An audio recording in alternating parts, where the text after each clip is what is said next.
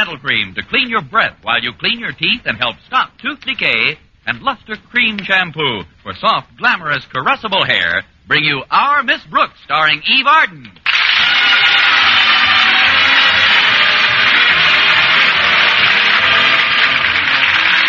It's time once again for another comedy episode of Our Miss Brooks, written by Al Lewis. Well, last Thursday was Thanksgiving Day, and most of us realized that we had quite a bit to be thankful for. Even our Miss Brooks, who teaches English at Madison High School. Yes, the holiday means a lot to me. First, it gives me an opportunity to relax and count my lack of blessings. And second, it offers a chance to catch up on several days' brooding. But this Thanksgiving was different. I knew it was going to be when I joined my landlady at breakfast last Wednesday morning. Good morning, Mrs. Davis. Did you have a nice night? Wonderful, Connie. I didn't sleep a wink. That sounds like fun. I was planning my menu for tomorrow. It's Thanksgiving, you know, and I wanted something special for Minerva and me. Minerva? Oh, there you are, you cute little kitten. Where is she, Connie? Taking my stocking off with her cute little paws. Stop it, Minerva. Now get away from my stocking. Either get away from those or knit me a new pair with that ball of yarn you play with. Go out to the kitchen, Minerva. I do want you to hear about tomorrow's menu. What are you having, Mrs. Davis? Minerva's favorite dish. SQUAB.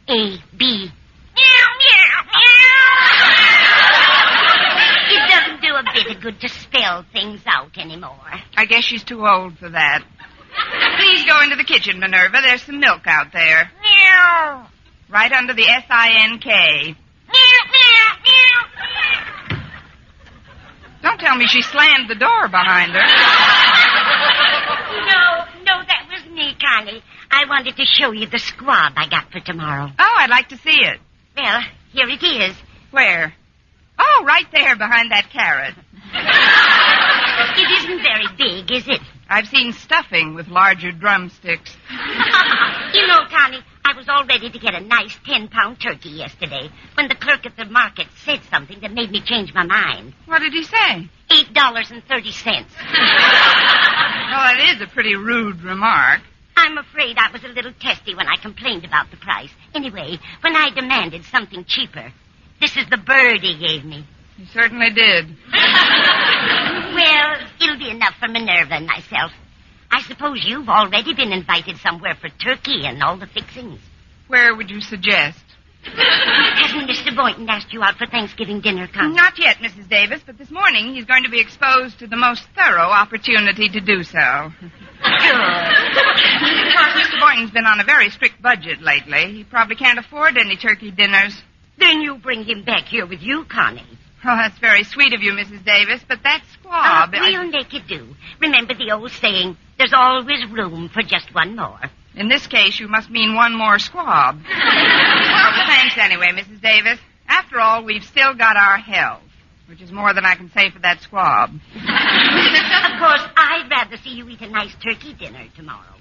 Maybe you could wangle yourself an invitation from one of your friends. Oh, please, Mrs. Davis. Oh, that must be Walter Denton. He's giving me a lift to school. Be right there, Walter. Why don't you find out what his folks are planning for tomorrow? Maybe you could get yourself invited there. I'm surprised at you, Mrs. Davis. Why, I'd never forced myself on anyone in my life. Connie, take another look at that squab. Like I say, Walter's mother may not know it yet, but there's always room for just one more.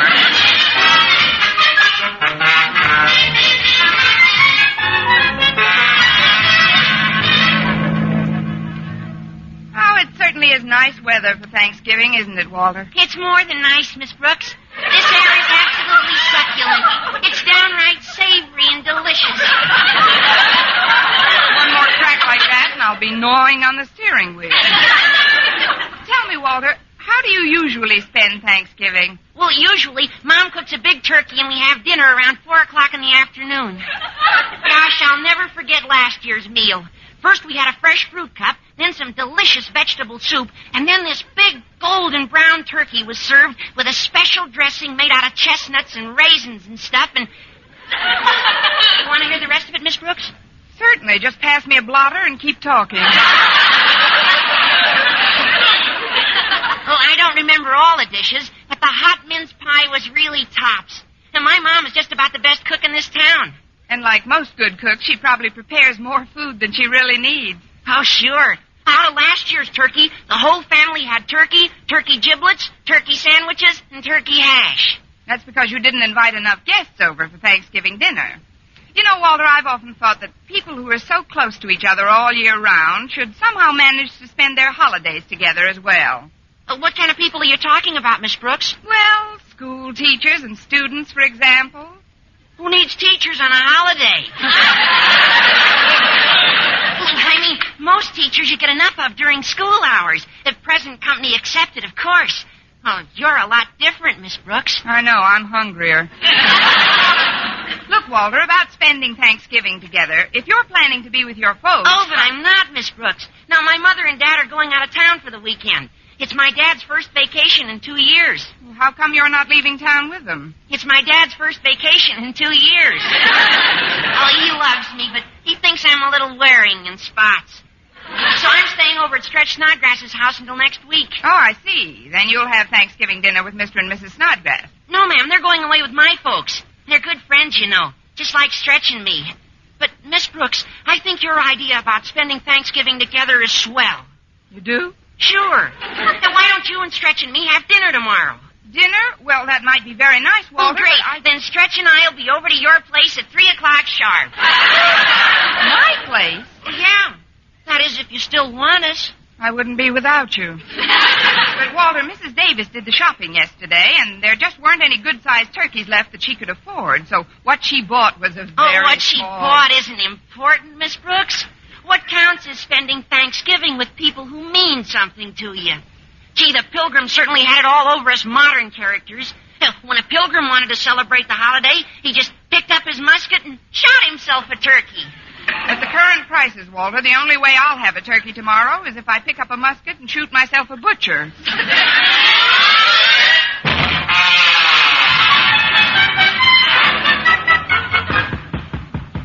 Come in. Good morning, Mr. Boynton.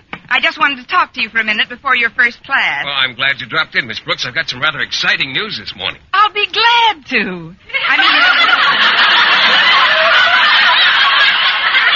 What is it, Mr. Boynton? Well, do you remember the raffle ticket I bought last month in Marty's malt shop? Oh, on that green Adams hat with the red feather? No, on a tom turkey. They had the drawing last night, and I won. Isn't that wonderful? That is what I call the coincidence of all time. Coincidence? Why do you think I stopped by your laboratory this morning? Well, I don't know. To invite you over for Thanksgiving dinner tomorrow. Well, that is nice of you, Miss Brooks. I'll be happy to come over. About what time will you be expecting me? I'll be expecting you and Tom about noon. Tom? Oh, you mean the turkey. Well, I'm afraid he won't be with me, Miss Brooks. You see, at this very moment, the turkey is on a train headed upstate.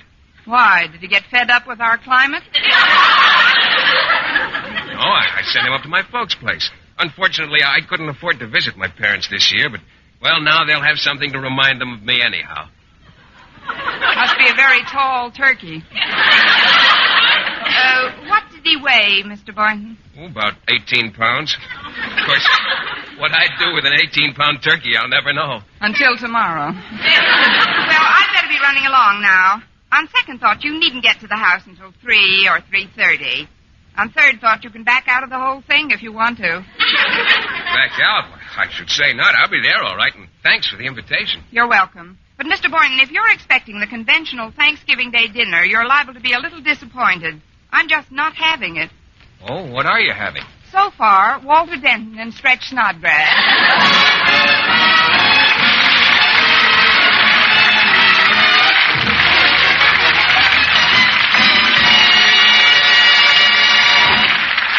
Our Miss Brooks, starring Eve Arden, will continue in just a moment. But first, here is Vern Smith. Now, proof that brushing teeth right after eating with Colgate Dental Cream helps stop tooth decay before it starts. Continuous research, hundreds of case histories, makes this the most conclusive proof in all dentifrice research on tooth decay. Eminent dental authorities supervised hundreds of college men and women for over 2 years. One group always brushed their teeth with Colgates right after eating. The other followed their usual dental care. The group using Colgate dental cream as directed, using Colgate's exclusively, showed a startling reduction in average number of cavities, far less tooth decay. The other group developed new cavities at a much higher rate. No other dentifrice offers proof of these results. Modern research shows decay is caused by mouth acids, which are at their worst right after eating. Brushing teeth with Colgate as directed helps remove acids before they harm enamel. Yes, Colgate contains all the necessary ingredients, including an exclusive patented ingredient for effective daily dental care. So remember, always use Colgate dental cream to clean your breath while you clean your teeth and help stop tooth decay.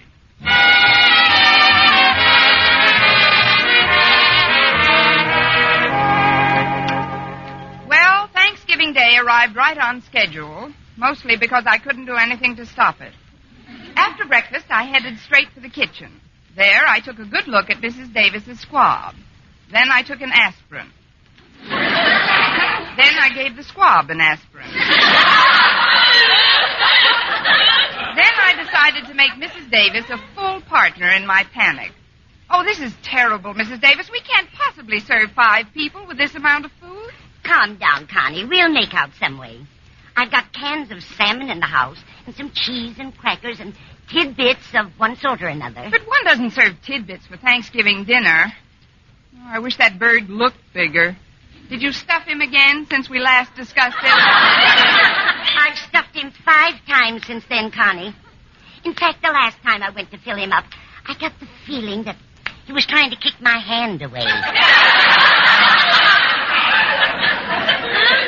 Oh, it's no use, Mrs. Davis. It just won't work. I still think you should follow the advice I gave you yesterday, Connie, and get yourself invited out for a real turkey dinner. But I've already asked Mr. Boynton to join me. Then get him invited along with you. Well, what about Stretch Snodgrass and Walter Denton? Take them along, too. Why not? While we're at it, why don't you and Minerva join our happy little group? We'd love to, Connie. Where are we going? I don't know where you're going, but I'm going to take another aspirin.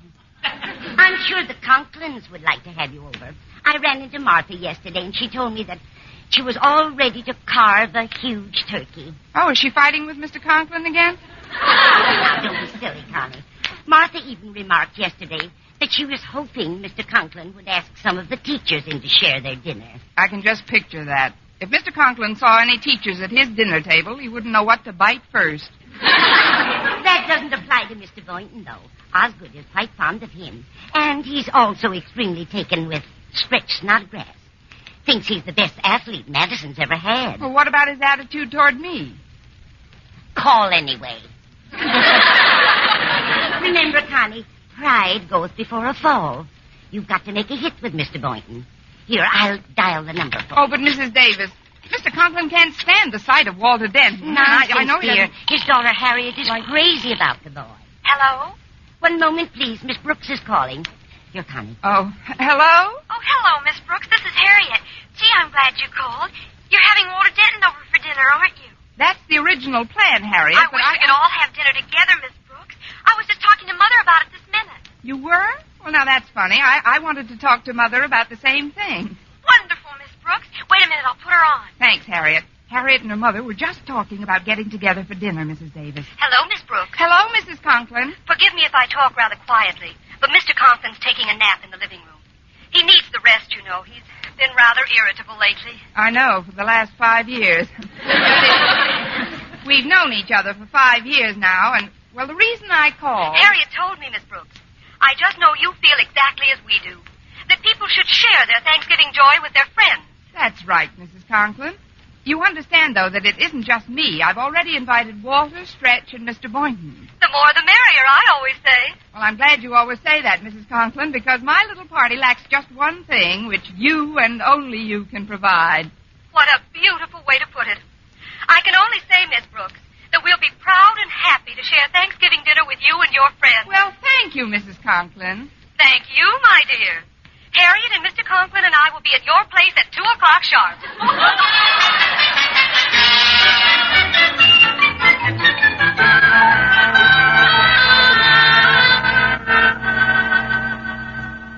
It's almost 1, Mother. Don't you think we should wake Daddy? In a minute, Harriet. Did you take our turkey down to the mission like I told you? Yes, Mother. I just got back. They certainly were grateful. The man said it would feed almost a dozen people who ordinarily would go without any Thanksgiving meal at all. Fine, dear. I know your father will be happy at the thought of sharing with our lesser privileged citizens. Now go on in and wake him up, Harriet. Yes, Mother.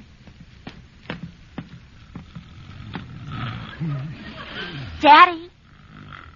Pass some more white meat, please. It's time to get up, Daddy. What? What's the matter? Oh, it's you, child. What time is it? 1 o'clock. How do you feel after your nap? Fine, Harriet, just fine. Except for one thing. What's that? I could eat my weight in wildcats. Martha! Oh, Martha! Yes, dear. What is it? Let's not wait till 2 o'clock for dinner. I'd like to eat right now. Oh, but Osgood, I saw that turkey in the oven when it was finished this morning, Martha, and I just can't get it out of my mind. Oh, it sure smells good, too. You must have a pretty long smeller, dear. We gave our turkey to the folks who run the mission. We're going out for dinner. Oh, but I don't want to go out. I want to eat in my robe and slippers and... You gave our turkey to whom? The mission, dear. It's like a municipal shelter, you know. The man said our turkey would feed almost a dozen underprivileged citizens. Oh, he did. Well, teachers are underprivileged citizens, too. But I don't give them my Thanksgiving dinner. Now, calm down, Osgood. This is no day for your high blood pressure to get out of hand. We're going over to Margaret Davis' place to have dinner with Miss Brooks and some of her friends. Miss Brooks, who needs teachers on a holiday? Daddy, Mrs. Davis is a very exotic cook. I'm sure she'll have some wonderful dishes prepared for you. But I don't want Mrs. Davis's dishes. I want turkey. Turky, turkey. Of course, dear. Now, everyone buys too much for Thanksgiving dinner. Otherwise, we'd have brought our turkey over to Miss Brooks. But as it is, think of the joy you're sharing with the people at the mission, Osgood. Joy my foot. The food at Miss Brooks' place had better be good today. Good. It had better be great.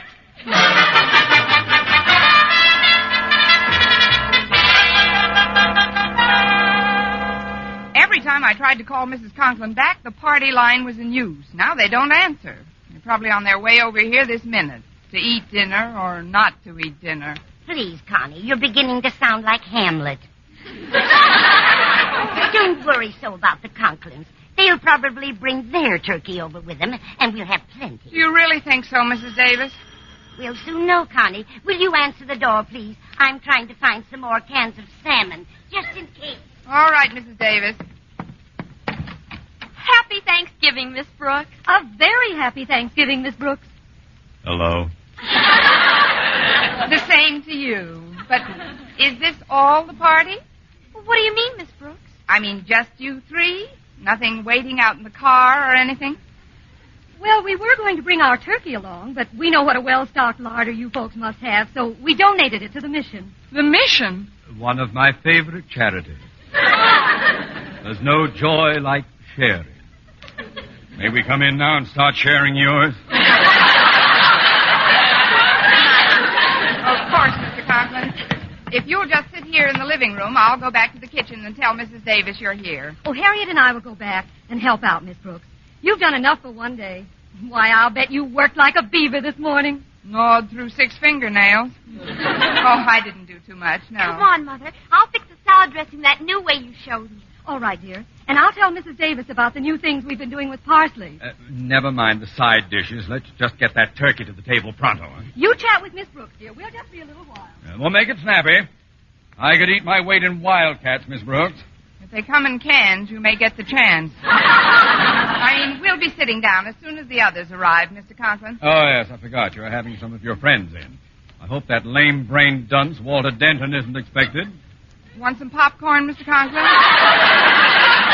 Or potato chips? No, thanks. Who's coming to this dinner, Miss Brooks? Well, Mr. Boynton, for one. Oh, nice chap, Boynton. Far less irritating than many of his contemporaries. What's the trouble, Mr. Conklin? I'm not a well man. I've had some very strange symptoms lately. What kind of symptoms? Well, every so often I get sudden, blinding flashes of appetite. Oh, well, that's because you're under such a strain, Mr. Conklin. You see, under great emotional tension, many people experience sudden and uncontrollable appetites. It's psychosomatic to some extent. Really? Now perhaps you'd like me to stretch out on the couch and tell me how, at the age of 3, I was convinced that my younger brother was a Cocker Spaniel. Yours, too? I was only trying to help, Mr. Conklin. I had an aunt who suffered just like you do. I remember one time my uncle caught his nose in the piano bench. And he ran right down to the corner and bought herself a pickle. A pickle? It satisfied her nervous craving. When she stayed with us, we always had to keep a big supply of food on hand. Big juicy steaks, chops, chicken, ducks, cold cuts, potato salad. Please, Miss Brooks. I want my dinner. But, Mr. Conklin, the others aren't... It's open. Come on in. Hello, Miss Brooks. Mr. Conklin, say, this is a surprise. Hello, Boynton. Can we sit down now, Miss Brooks? Not quite yet. Pull up a chair, Mr. Boynton. Thanks. Well, how does the turkey look? Did you get a nice-sized bird? Well, to be honest, Mr. Boynton, our turkey may not be such a big bird, but I'm sure the party is going to be a very big turkey. I almost forgot. There are some salted peanuts in this dish, Mr. Conklin. One would almost think you were trying to destroy my appetite. But nothing can do that, Miss Brooks. Absolutely nothing. Well, the door was open, so I just breezed on in. Hi, Miss Brooks. Here comes nothing now. Huh? Oh, hi, Mr. Boynton and Mr. Conklin. Hello, gentlemen. Miss Brooks, I've got some bad news for you. You'll have to get in line, Walter. What is it? Well, Stretch's aunt and uncle insisted that he have dinner with them today, so he can't possibly be here in time to eat with us. Isn't that awful? I'm absolutely devastated. Me too. Gosh, Miss Brooks, what'll we do with all the extra food that's left over? We'll eat it. At last! Come on! May I escort you to the dining room, Miss Brooks? It won't be necessary, Mr. Boynton. I'll just follow Leo the lion.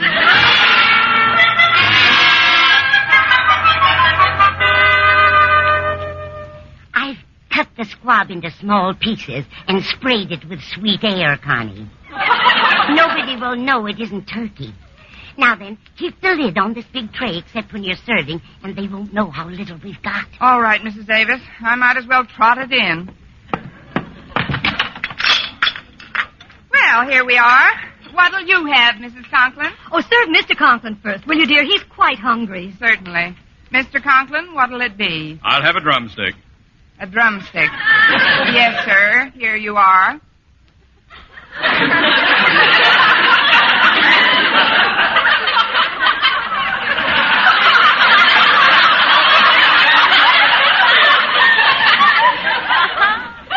Where I are.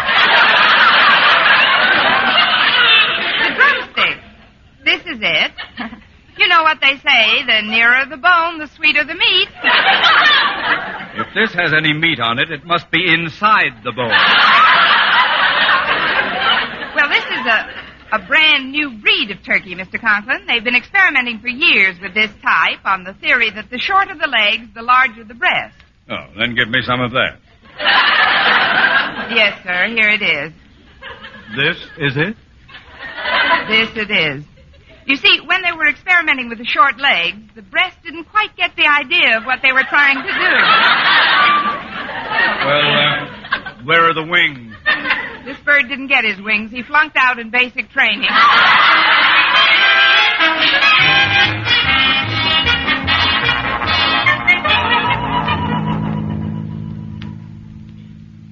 I thought we'd never get out of that place. Fine dinner that was. Take it easy, Osgood. We'll stop off on our way home and get a bite somewhere. I thought the salmon was quite tasty. But, Mother, why do you suppose Miss Brooks took Mr. Boynton aside and then excused herself in the middle of the meal and left? Why, it was obvious, dear. Miss Brooks wanted us to have enough to eat. And to think we sent a beautiful 16-pound turkey to the mission. Everything happens for the best, dear. See, that's the mission right ahead of us. What a big line of people waiting to be fed. Doesn't it do your heart good to know that we Mother, can... look! That man with the 2 plates full of turkey. Yeah, full of my turkey. Why, it's Mr. Boynton. So it is.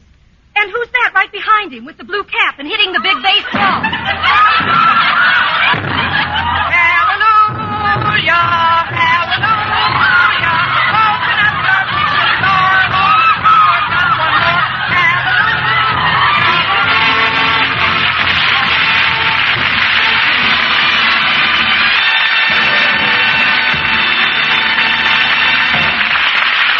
Eve Arden as our Miss Brooks returns in just a moment, but first, Dream girl, beautiful luster cream girl.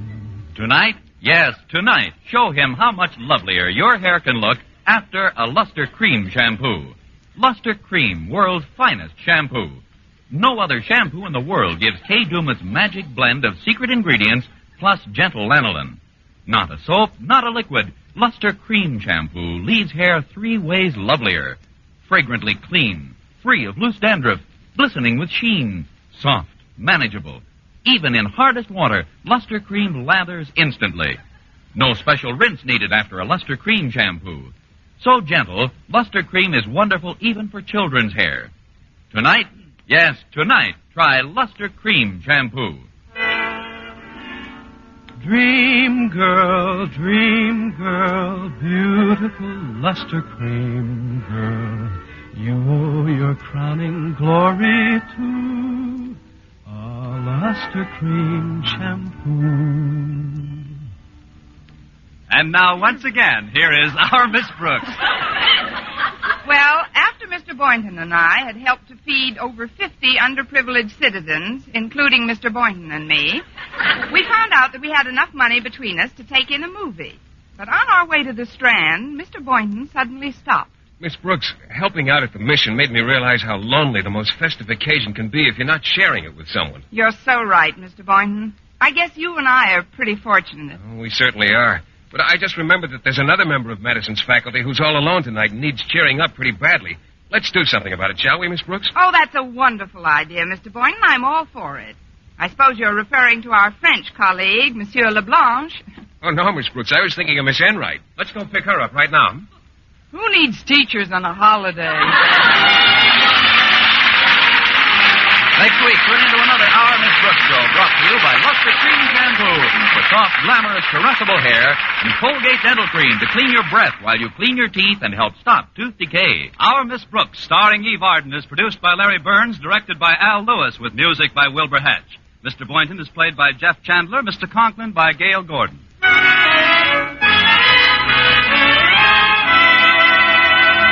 Here's good shaving news. 3 men out of every 4 can get more comfortable, actually smoother shaves with Palmolive brushless shaving cream. This is not just a claim. Here's the proof. 1,297 men tried the Palmolive brushless way to shave described on the tube. And no matter how they shaved before, 3 men out of every 4 got more comfortable, actually smoother shaves. Try Palmolive brushless yourself. See if you don't get more comfortable, actually smoother shaves the proved Palmolive brushless way. For mystery liberally sprinkled with laughs, listen to Mr. and Mrs. North. Tune in Tuesday evening over most of these same stations. And be with us again next week at the same time for another comedy episode of Our Miss Brooks. Bob Lamont speaking. This is CBS, the Columbia Broadcasting System.